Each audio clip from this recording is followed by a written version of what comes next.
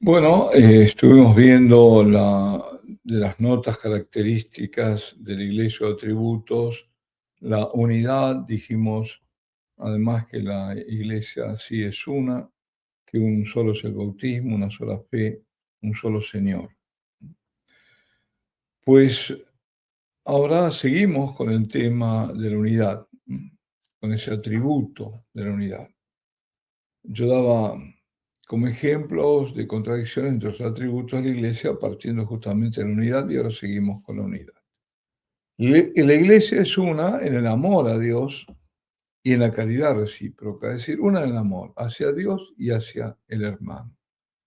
Es una porque profesa, como decíamos, una sola y misma fe, que viene de los apóstoles. Ahí vemos que además es apostólica. Es una en su culto, sino la celebración de los sacramentos el máximo exponente del culto. No es lo único, pero se celebran los sacramentos es lo máximo. Y dentro del culto tenemos a la Eucaristía en la cúspide. San Lucas, en Hechos de los Apóstoles, nos relata cómo fue el comienzo del cristianismo, empezando por el día de Pentecostés. Pentecostés cuando, por la prédica de Pedro, encendida por el fuego del Espíritu Santo, unos 3.000 se bautizaron. Ellos perseveraban en la enseñanza de los apóstoles, en la comunión, en la fracción del pan y en las oraciones. Todo esto está en el capítulo 2 de Hechos de los Apóstoles. Todos habían sido bautizados y participaban de la fracción del pan, la Eucaristía. La unidad entonces se manifestaba por medio de dos sacramentos, fundamentalmente, ¿no?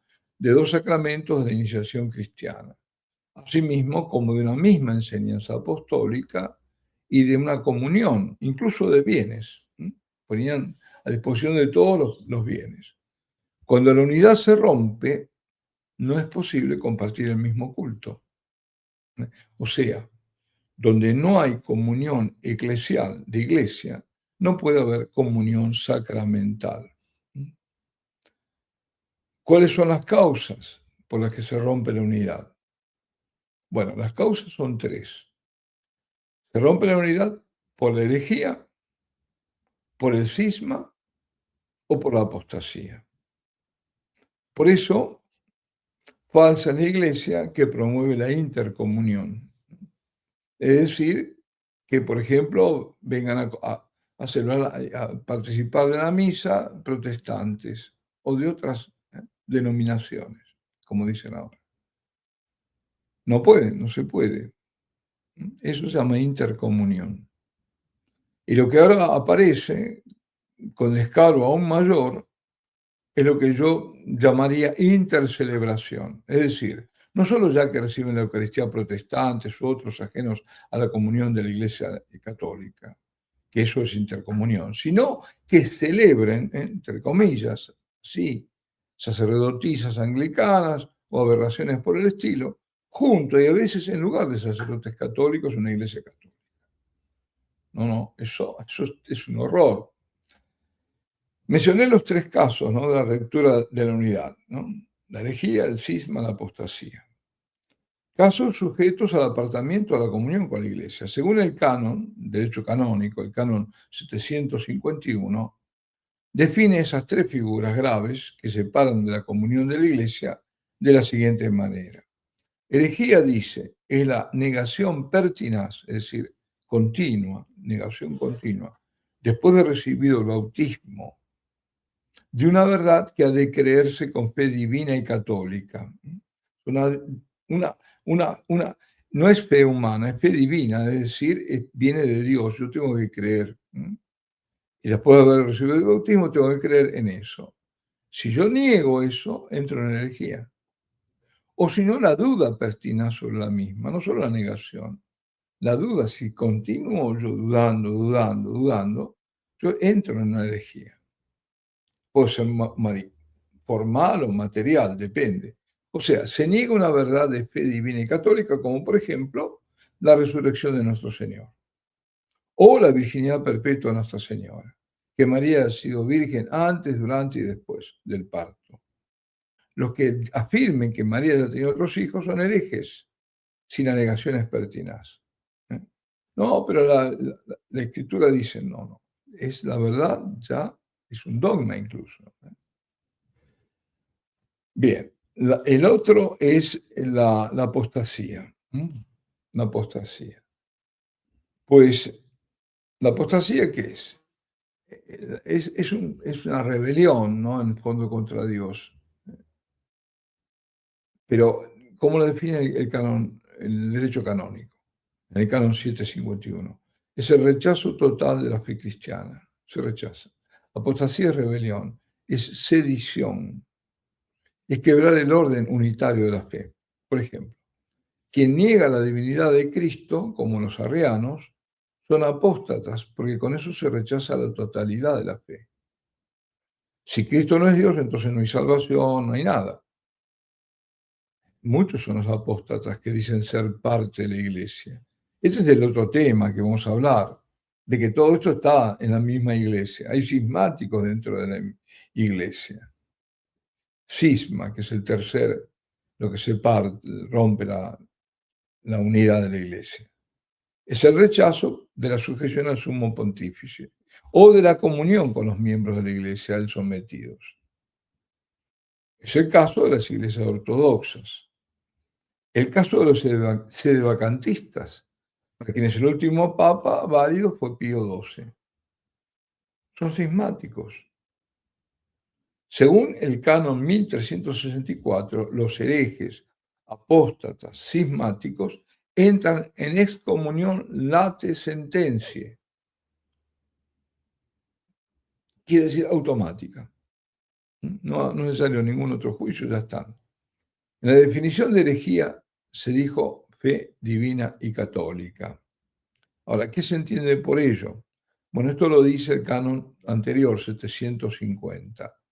Dice, se ha de creer con fe divina y católica todo aquello que se contiene en la palabra de Dios escrita o transmitida por tradición, es decir, en el único depósito de la fe, encomendado a la Iglesia, y que además es propuesto como revelado por Dios, ya sea por el magisterio solemne de la Iglesia, ya sea por su magisterio ordinario y universal. Yo hace tiempo hablé de este tema, ya no sé cuánto tiempo, pero hablé de qué es el magisterio solemne, qué es el ordinario, qué es el universal,